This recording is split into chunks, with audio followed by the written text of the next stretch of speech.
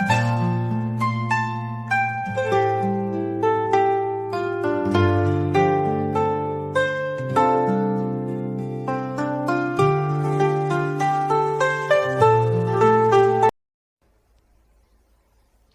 saya jumpa Cik Sulaiman.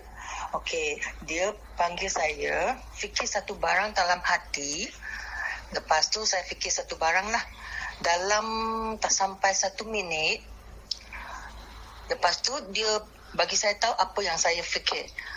Ini sudah bukti, betul-betul dia cakap semua dalam hati saya yang saya fikir tu.